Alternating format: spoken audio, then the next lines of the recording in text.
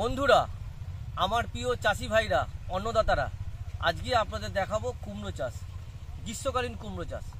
গ্রীষ্মকালীন কুমড়ো চাষ বলতে গেলে এই দেখুন একটা ক্ষেত, এই ক্ষেতটা এক চাষি চাষ করেছে।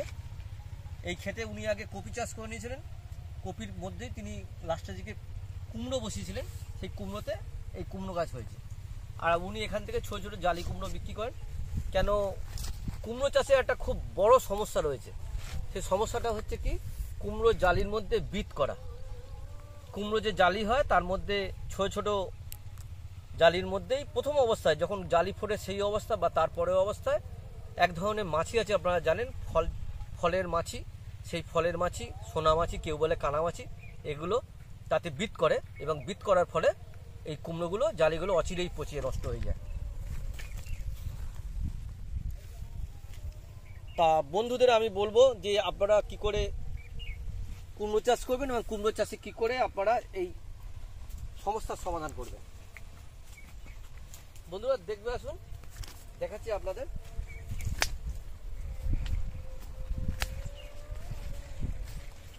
এই দেখুন কুমড়ো জালি পড়েছে, দেখুন বন্ধুরা এখানে কুমড়ো জালি হয়েছে। এগুলো দেখছি নিজের হাতে উনি পরাগ মিলন করেছেন, দেখবে আসুন, এই যে পরাগ মিলন করেছেন উনি, এটা ম্যানুয়ালি পরাগ মিলন করেছেন। এই দেখুন করেছেন, উনি এই কাজটি করেন।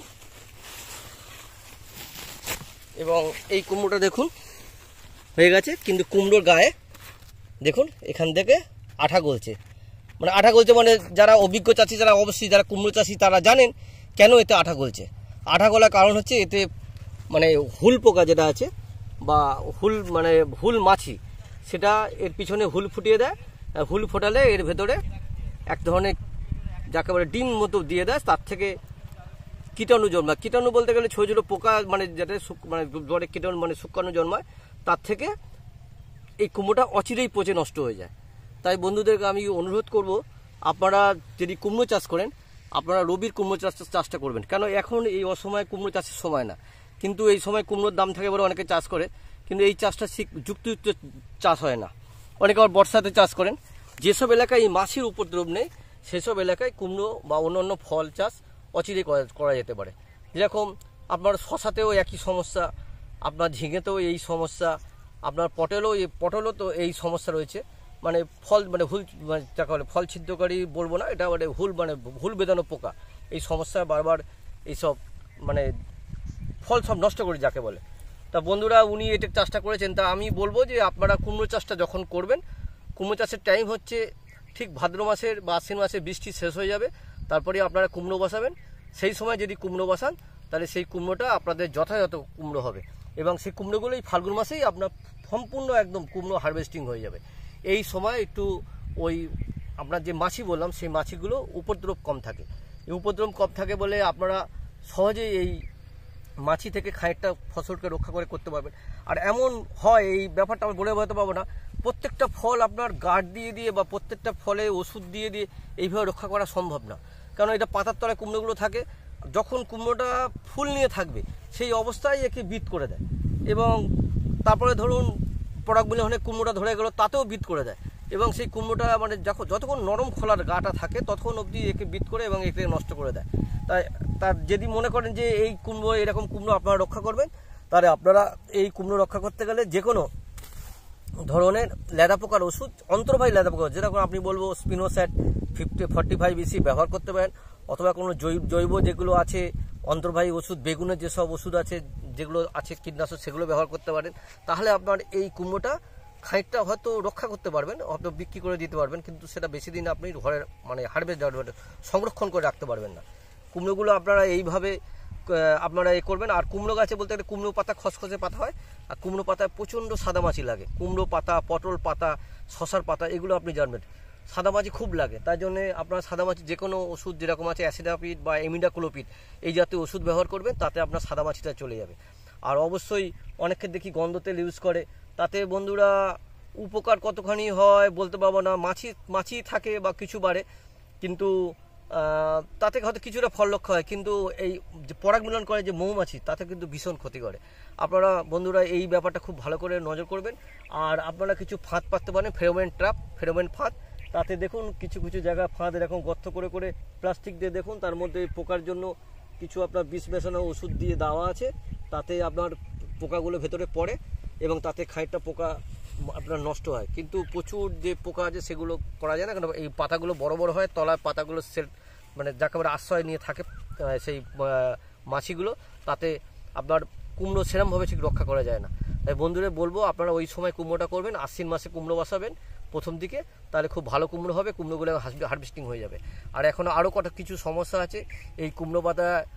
বন্ধুরা আমি দেখছি কুমড়ো গাছগুলো মোটামুটি ঠিক আছে, কিন্তু এরপরে এই সময় আপনার ম্যাপ পোকা লাগে।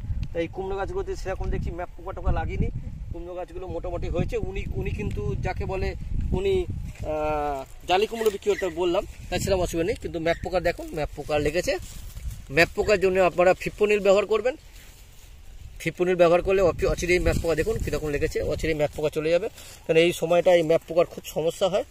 এই ম্যাপ পোকা একদম ঠিক ঠান্ডা থেকে গরমের মুহূর্তে ম্যাপ পোকাগুলো আসে। ঠান্ডা তখন একটু কম কম হয়ে আছে, তখনই ম্যাপ পোকার উপদ্রব হয়। আপনারা ফিপ্রোনিল ব্যবহার করবেন, তাতে আপনাদের ম্যাপ পোকা চলে যাবে। আর কুমড়ো গাছ বলছি ছোটো দেখে পরিচর্যার সময় আপনারা জাম্প ফিপ্রোনিল ব্যবহার করবেন, অথবা অ্যাসিনিমাপিড বা ইমিডাক্লোপিড অ্যাডমেয়ার একসাথে ব্যবহার করবেন। তাতে আপনাদের এই গাছ আপনাদের একদম পুরো যাকে বলে একদম পরিপূর্ণ গাছ হয়ে যাবে এবং গাছ মোটামুটি মানে গ্রোথও ঠিক থাকবে। আর কুমড়ো গাছে আরও কিছু সমস্যা আপনাদের বলে রাখছি। দেখুন বন্ধুরা, কুমড়ো গাছে এক ধরনের পোকা লাগে এই সময়, ঠিক এই গরমটা পড়বে। অনেকে বলে কৃমি পোকা, কেউ কেউ বলে চষি পোকা, এই জাতীয় পোকা বলে। তো এই পোকাগুলো ঠিক ডগায় লেগে থাকে। পোকাগুলো দেখেছি বন্ধুরা, ছোট্ট ছোট্ট পোকায় নড়ছে, এই পোকাগুলো লেগে থাকে। এই পোকাগুলোর জন্য আপনারা ইমিডাক্লোপিড ব্যবহার করলে আপনারা এর থেকে অচিরেই মুক্ত পাবেন, অথবা আমাদের কিছু জৈব কীটনাশক আছে, দিলে আপনাদের একবারই মোটামুটি ক্লিয়ার হয়ে যাবে। আপনারা যেহেতু সাদা মাছির ব্যবহার করছেন অ্যাসিনিমাপিড বা ইমিডাক্লোপিড, সেই জন্য তাতে আপনাদের এটা ম্যাক্সিমামটা চলে যাবে। বন্ধুরা এইভাবে আপনারা কুমড়ো চাষ করবেন। কুমড়ো চাষ খুব লাভজনক চাষ। আপনারা কুমড়ো চাষে এই সাধারণ মানে স্বাভাবিক বা সাধারণ বা মানে আপনাদের যাকে বলে অতি সাধারণভাবে আপনাদেরকে এই ভিডিওটা দিলাম। আপনারা এইভাবে চাষটা করবেন। আর আমি বারবার করে বলবো আপনারা এই প্রচণ্ড গরমে কুমড়ো চাষটা এড়িয়ে যাবেন, তাতে ভালো। আর জানি না এবার মনে হচ্ছে আমের সিজন, এবার ঝড়ঝাপটা বেশি হবে, তাতে আপনার হয়তো চাষবাস উচ্ছে চাষগুলো হয়তো হয়ে যাবে বা শশা চাষগুলো হয়ে যাবে, কোনো একটা খুব একটা অসুবিধা হবে না। আর আপনাদের বললাম বন্ধুরা, আপনারা চাষটা এই সময় শুরু করবেন, তাতে আপনারা সবচেয়ে লাভবান হবেন। বন্ধুরা যদি ভালো লাগে অবশ্যই চ্যানেলটিকে লাইক, শেয়ার এবং সাবস্ক্রাইব করতে ভুলবেন না। আপনারা সকলের সুখে থাকুন, ভালো থাকুন, সবার আনন্দে জীবনযাপন করুন।